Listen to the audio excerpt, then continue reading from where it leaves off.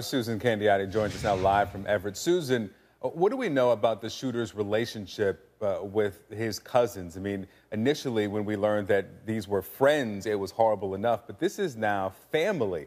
Any clues yet to the motive behind this tragedy? Good morning, Victor.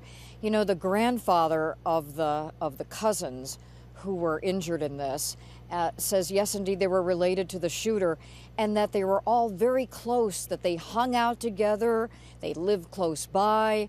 They even went to a school dance recently at which the suspected shooter, Jalen Freiberg, was named the homecoming prince.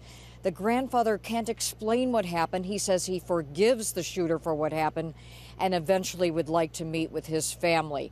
As for the motive, if authorities know what happened here, they're not saying.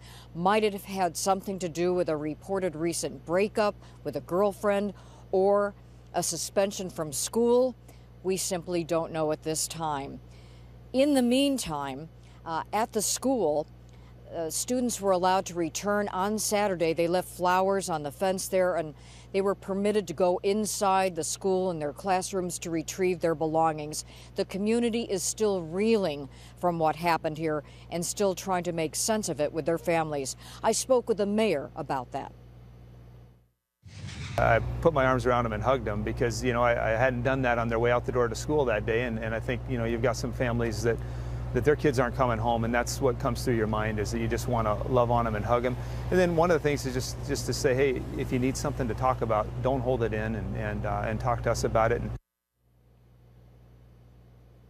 And at this time, police have not yet officially released the name of the shooter or the teenage girl who was killed. Susan, it's Allison. A new teacher at the school we're hearing is being hailed a hero in all this. She apparently attempted to stop the shooter. Do you know about that?